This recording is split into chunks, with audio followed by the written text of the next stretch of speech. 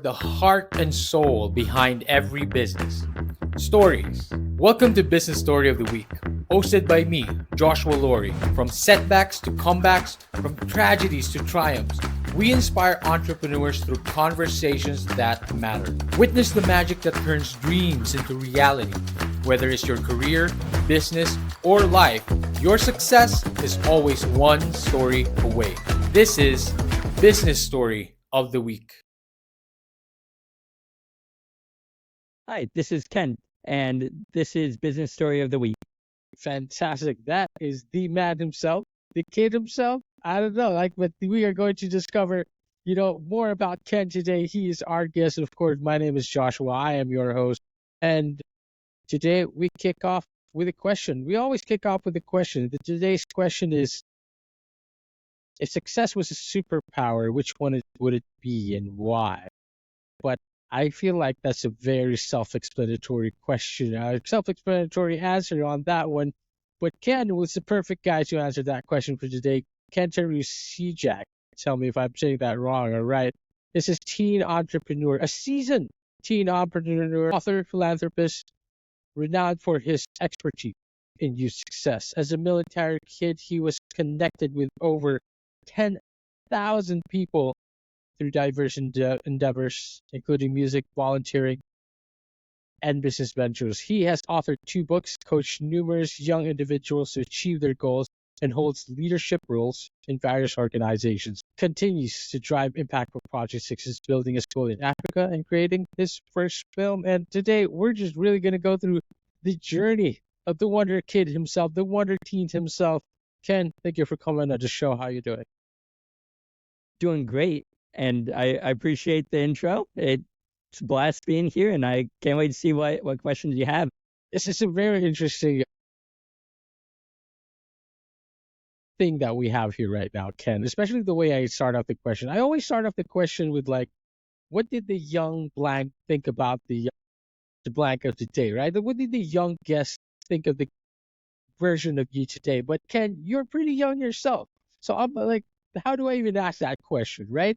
But talk to me a little bit about that. Talk to me about where this whole journey began, basically. You are a teen entrepreneur. Where did that even begin? Where did you even find the inspiration to start, a business so early on? What is the young Ken like? Why, why? Yeah. How did you find success so early? So I have always been in love with business and sales, psychology, stuff like that. And I'm the earliest memory that I have that it actually came back to me like a couple of days ago. But one of my first ever stories of, I guess, business was back in like 2nd or 3rd grade. I was on like the leadership team for like my grade level. And so we were selling glow sticks at one of our fall events. And legitimately, because I was one of the most outgoing people out there, and that's just naturally, as a military kid, I've had to speak with over 10,000 people. So I've gotten used to being myself, being expressive. But even then, like I was yelling, and like people from like 300-400 feet away would come over because they would hear me yelling, "Hey, buy our glow sticks," and come over. But yeah, I mean, after that, I've just fell in love with business, and I decided to start my own. Well, volunteering first, and then started my own earlier this year, and now gone on to my second business venture too. It's really fascinating, Ken. Of course, like it's always fascinating to always see young entrepreneurs like such as you are.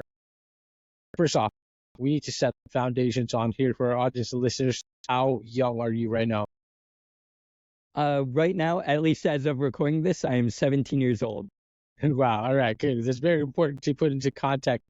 What was your first business? When did you start that? How young were you? I was still 17. It was earlier this year. It was in February. I mean, I had been doing this kind of stuff for a little bit longer, but became a legitimate business back in February. Yeah, I was 17. Me and my friend, so I do business coaching, well, quote unquote. I did consulting on the side for several years now, and I help multiple kids start their own businesses. But one of the key things that they all kept saying was, hey, Ken, if you know how to grow a business, run a business, where's your proof? Show us that you can do it. And so I partnered with one of my friends who really believed in me, and we decided to start up a window washing company, and we grew it. I won't say specific numbers, but it was pretty successful considering, we're in Phoenix and most people don't want to wash windows in 120 degrees Fahrenheit. So we did pretty well. All right, fantastic. Okay, talk to us a bit about that because we need to set context on here because, like you said, people look for proof. But I'm not doubting you on here, Ken. I'm really, really, really fascinated by your story. Talk to us about that window washing company. How did you get it started up? It's up in Arizona. People are looking for your service, and you said that you have gone hands off. You handed it over to your business partner. Talk to us a bit the nature surrounding or the environment surrounding around that business, and yeah, why let it go, so to speak. Yeah. So one of the biggest things starting off was again, like people wanted to see proof, and my partner for right now, we'll call him Luke. But me and Luke both wanted so because we're so young, we wanted to stay completely hands off, like in the eyes of the public, because we are so young. Who's gonna trust two teenage kids? So what we decided to do was let's just both start the company, and what we'll do is we'll hire off from the streets. That way, one, we're doing social impact, we're helping out the homeless. We're not the faces, so no one can say that they can't trust teenage kids. And just overall, it was an easy plan to get started, and it was low risk because the worst case scenario, we lose a couple $100 buying the equipment, and we have to still help support the homeless, which I love doing Right. anyway. So to us, it was just low commitment, and we both knew that we wanted to go down the entrepreneurial route. So we both decided, you know what, let's just do it. So on February 7th, actually, I still remember the day, and this day was actually a really crazy day, and I'll go through this day a little bit later on after I explain the whole window washing company. But this day was possibly the worst and best day of my life. Go ahead. Go ahead. So here's the thing. Before we get through that day, which is very fascinating, by the way, how we got everything together. First off, you raise a few good points in there. You know, it's difficult to navigate where you are right now because you're young and people off like how am I going to do business with a kid, right? But that must be Right. very difficult to accept as well, especially for big dreamers like you are, and of course your partner as well, who is also a teenager. And it's like you guys want to go down this route, but people are going to be doubting you left and right because you're still quite young.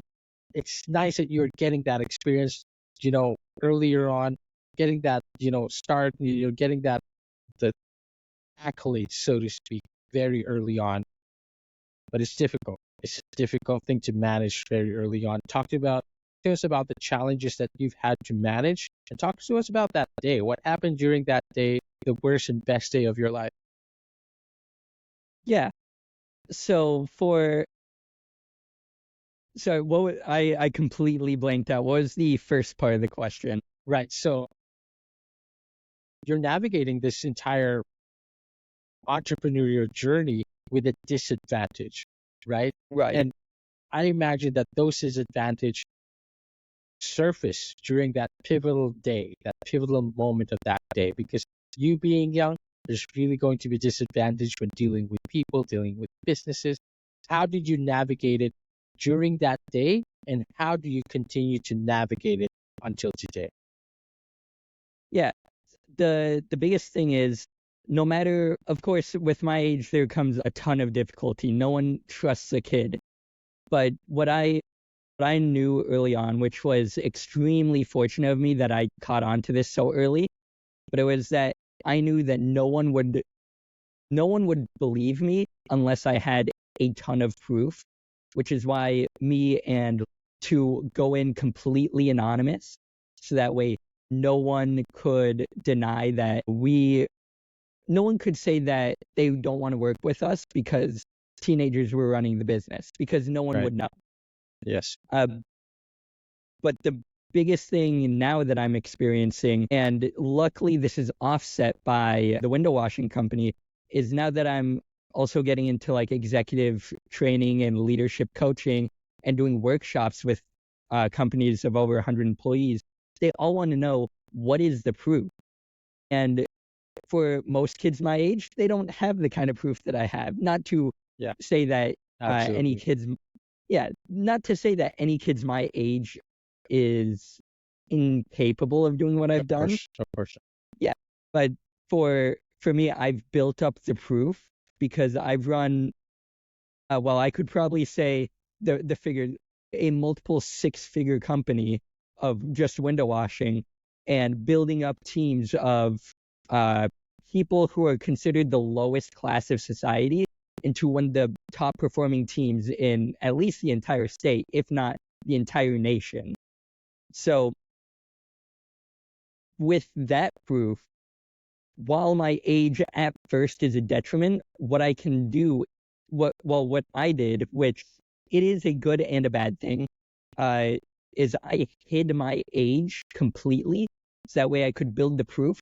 So that way, no matter what anyone says now, my age is actually an advantage because the percentage of my life that I have been focused on business, sales, psychology, it is possible. I'm at this point, it's probably over 50% of my life into these different segments. And while I could say, oh, I've spent a decade on these segments, I can say I've spent over half my life, like 75% of my life on these things.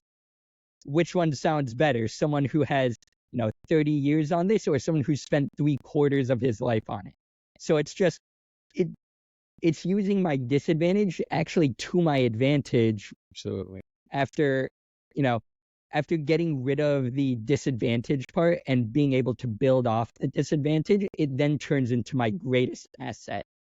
Very cool. That is very cool, Ken. And of course, the way you also framed it in that using my disadvantage as an advantage and using that as a platform to give yourself more credibility as well is, of course, like, it's just a masterful art. The way you said that, like, the majority of my life is spent on this, so why not? Like, why not trust me, right? But Ken, talk to us about that pivotal day. You talked about that, the day on February, best day and worst day of your life. What happened there? So that day was, again, like the best and the worst day. And I learned the hardest lesson I've ever learned on that day. So that day, I still go to public high school along with, all my friends and all the people I go to school with. But this day, it was a training day for the teachers. So we all got out of school at noon. Right now, I'm a senior, so I get out at noon just because I'm a senior, I get out early. But this was during junior year, and normally I get out at 3. To put that into context, after me and Luke, we have a biology class together, which was like our last period of the day, and we both were like, okay, we're 100% in on this. We have all the paperwork filled out. We have ourselves an adult who can sign all of our paperwork, and he agreed to it, and we were all in. Right after that class, I walked over to the park waiting for Luke to get his car. I was working on my book. At the time, I was working on my first book, and I waited for Luke to pick me up. Once he did, we drove over to the post office, and we submitted our paperwork. Congratulations, we did it. We're now officially a company. Exciting day. And we had the support of so many people. And I'm so grateful for the people who were supporting us. 15 minutes later, right after we submitted the paperwork, we wanted to go into the Asian market. We both love Asian snacks, and so we're just like, oh, why don't we go to this bakery that's right there, and we'll grab some food. 15 minutes into the car ride, Luke took a turn on a left on a yellow light. And there was a car coming past the other way, 50 miles per hour. No. Oh my gosh. Head-on collision. Oh, Airbags deployed. Both cars absolutely wrecked. Okay. Done. Wow. immediately after, and funny enough, I'm still using this for like a lot of my stories and college essays, so I hope this doesn't ruin my chances. But so yeah, we got in a head-on collision, 50 miles per hour. Like it was a bad wreck. Luckily, well, so I don't even remember the wreck, but I remember right after it, there was ringing in my ears. I could smell smoke. I could feel fluids all over me. I couldn't tell if it was oil. I couldn't tell if it was sweat, blood. Couldn't tell what it was. I heard Luke say, "Oh my God, what did I just do?" And I was like, "Hey, Luke, are you okay?" Luke didn't answer me. He opened the door and walked out. And I was trying to look around. I was still hazed. And I was like, where is this handle? What took 20 seconds felt like an eternity, but I eventually found the handle. I opened the door. I stumbled out of the car. And I have some EMT training. I know a little bit about medical care. So I looked over on the left. I saw Luke and the other driver standing up yelling at each other, or the other driver was yelling at Luke, understandably. But, I was just like, okay, they're fine. I look over on the right and I see a mother, see a high school age girl, and then I see a toddler. Luckily, very luckily, all three of them were okay. The first thing I checked was toddler okay, great. High schooler okay, great. Mother okay, great. The other two were yelling, they're fine. And then separated everyone. The other family went on to another curb. We were over there. Luke was like legitimately thinking that he killed a toddler. So I had to get him through that day. Wow. And this is where the hardest lesson that I didn't even realize I needed to learn came in. Luke was just like, I killed that child, didn't I? And he was sat down. Right when he said that, I sat down right next to him.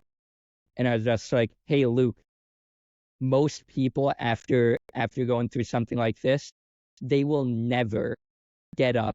They will never continue to do anything hard because they went through so much pain. Today, pain is an excuse. You aren't allowed to say that today is the reason you quit. Today is actually the reason why you get up tomorrow and you fix what happened today. And that's the biggest lesson, is that pain is only an excuse to those who use it as an excuse. And it is an inspiration story for those who use it to do good, to do. First And of all, crazy story, and a crazy story to happen on the same day. Did you guys get any major injuries? Anything? Were you injured at all? Anything that was lasting? Anything that you had to recover from for a while? So luckily, on the physical side, everyone was okay. Me and Luke got out with some minor scratches. I mean, I had one cut that was down to the bone, but it was like on my finger. It was fine. But after that day, me and Luke, so we have biology class together, but we also have it with like what I call the bio group. We played Cards Against Humanity all the time in that class. It was a great class. But the day after, we walked in, and me and him were just both completely gone. Like we both could not think. It was a rough day, but even today, I still have lasting impacts of that still every day. Not every day, but on a lot of days, I'll have like an hour or two. Normally it's in school, but I'll just have brain fog where I just cannot focus on anything whatsoever. So while there are still lasting impacts, overall, everyone is okay, and I'm really happy about that. And of course, you took that moment. You said, like, this moment right here is an excuse for people to stay down because it's a horrible tragedy. I mean, not tragedy in the sense that people lost their lives, but it's a horrible experience. You wouldn't want anyone to go through that, especially one of the heights of your life as well, right? But like you said, you took that difficult moment, you took that difficult situation, and you went on to keep doing, to continue your business, grow it to what it is today. Ken, that is of course remarkable. And I'm glad that you get to tell that story. Like, I'm glad that you have the opportunity to polish that story further, included in your experience, included in your repertoire, included in your whenever you talk about your experiences, especially as an entrepreneur, especially as a young entrepreneur. Ken, this is, you've experienced quite a lot, that most people don't experience, especially at a young age, but especially on the entrepreneurial side, on the business side, right? Now, my Correct. friends and I used to talk about this a lot. We're like, if there's one skill that I would want to teach my kids, if I ever have kids, right? But if I ever get the chance to teach kids, teach the youth, the one skill I teach is business. How to start your business, how to start entrepreneurship.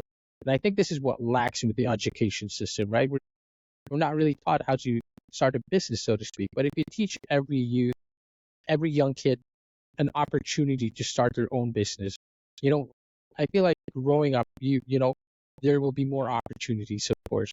And for you, Kent, you are creating those opportunities. You're creating that opportunities even out of bad situations. So talk to me about that. Talk to me about the strength and the resilience that you got from.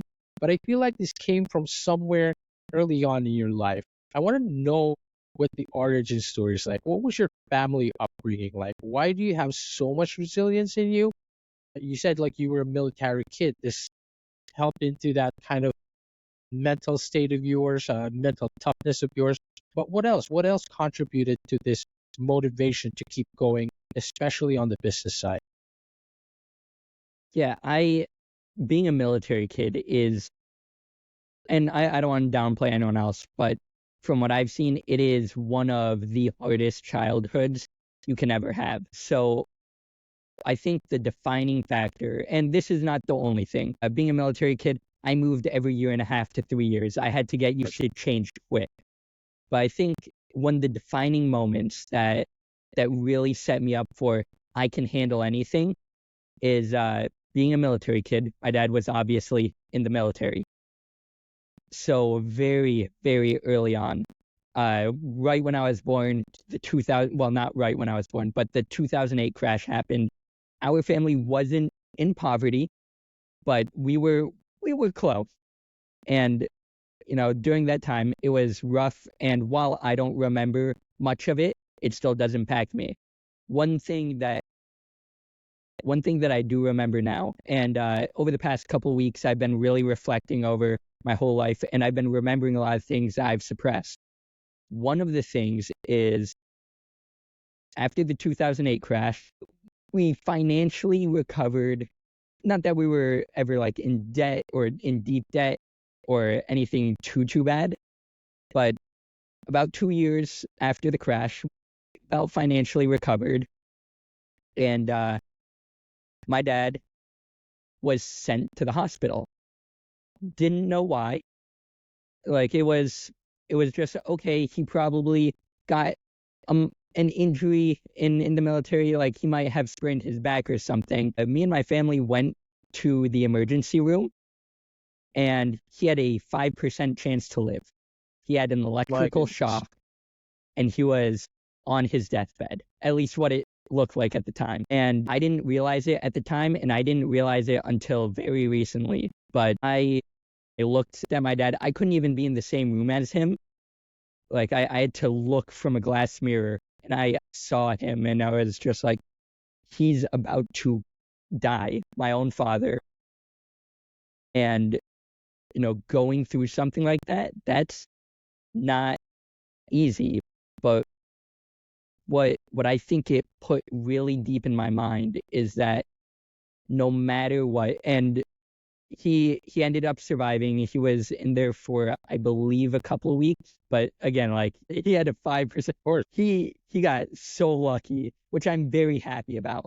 But yeah, after that, it kind of set in me that no matter what happens, you have to keep going. There is no point in stopping, because any day you can be in the hospital room. You could have 5% chance to live. And what did my dad have to show for it? The last 2 years, he was in one of the worst financial crises in history, and he wouldn't even be able to walk out and say that he made it. he died right after it ended. He wouldn't even be able to reap the rewards.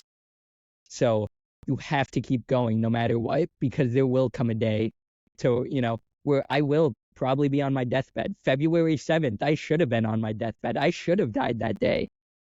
But I'm still here now, and I'm able to continue going onward. And there is no excuse, because I've seen death way too many times. I consider death one of my greatest teachers and a very close friend of mine. But through death and through death being in the same room, I've seen that he will come at some point. So just have to keep moving forward every day, because you never know when life's going to end. And make the most out of it. Make the most out of life. It's just what you're doing today. You're putting in all your lessons. You're putting everything that you've learned, putting all your experiences, and driving yourself forward, which is, it's remarkable in and of itself, but also the success that you're finding behind it is also, just as remarkable, because you're setting yourself up for a future that is quite rare, to be honest, Kent. There's only a few people out there that could honestly, truly say that they are entrepreneurial by blood, or very early on. And those early on, that I've had guests who started as an entrepreneurs very, very young, and they live well and good lives, not perfect lives, but it's very important. First of all, I want to thank you for telling your business story today, for sharing your business story today, because the name of the show is Business Story, but I also, I do my best to share life stories as well. And your life story is quite important, because you experienced that hardship, you experienced that difficulty very early on, which has shaped your mindset, allowed you to equip yourself when it comes to businesses. It's no surprise that you have found success in this entrepreneurial journey. And I'm pretty sure I am not alone when I say, and I watch this episode when I say that it's, that we are excited what you're going to do in the future. And of course, that's the next question as we begin wrapping this up. What is your next mission? Of course, you are, doing your business coaching, executive coaching, and all that.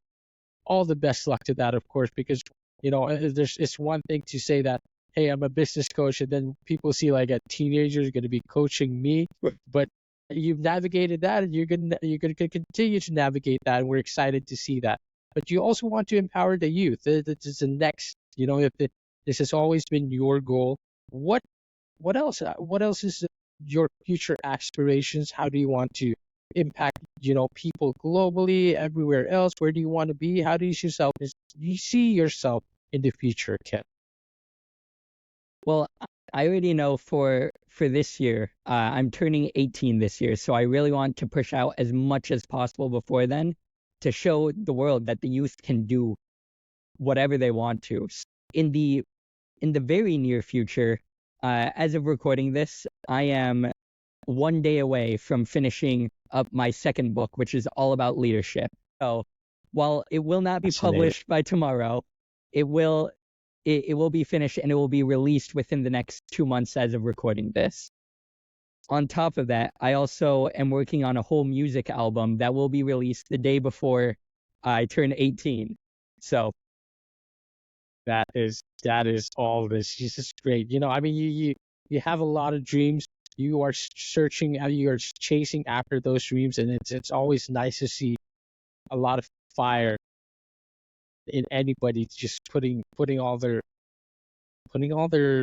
motivation and their experiences into it. Of course, your first book, for our audience and listeners out there, is called Teen Success: From Nothing to Something. You're about to release your second book. You're about to release an album. Where can we see you? Where can we connect you? Where can we find all of this? Well, I'm mainly on 3 platforms, which is YouTube, LinkedIn, and Instagram. So you can find me through just my name, Kentro Sajak, on any of these platforms, and you can stay connected with me there. I put out a ton of posts and polls, and I try and get as much feedback as possible on everything. So, yeah, find me on all 3. Ken, thank you for allowing us to connect with you. Allowing us, of course, I'm pretty excited that we had this platform to put your story out there. Very, very cool story. And of course, for everyone out there who just as find Kent's story remarkable, go follow him on LinkedIn. I just sent him a connect request. We're definitely going to stay in touch there. Go find him on Instagram, on YouTube, and everywhere else. Ladies and gentlemen, this has been quite the unique episode and quite the remarkable episode as well. Kent, is there anything else you would love to say, leave behind the audience? Of course, it wouldn't be far-fetched to say that you have wisdom, of course, and any type of wisdom, any last bit of wisdom you would love to leave behind the audience, what would it be? Take us home. Yeah. No matter who you are at any age, no matter who you are, race, gender, sexuality, whatever, I've seen it all. You can be successful no matter what. And you just have to believe in yourself. And I know for a fact that you can do it because I can do it. And I am probably one of the worst people who could ever have accomplished what I've done. But I did it, so I know all of you can. Fantastic. All right, ladies and gentlemen, that has been Kent Sajak. Kent, thank you so much for coming on to the show. Thank you so much for having me. To all our audience and listeners out there, I hope you guys found this episode as remarkable as I have. If anything resonated with you, again, go follow Kent, go check him out on all those socials. And thank you for watching this episode. We will see you on the next one. Bye-bye. All right, so here's the thing. We try to get a little bit better every day, but we can't do it without you. So if you like the video, make sure to like and subscribe below. And if you have any comments, just leave them in the space under.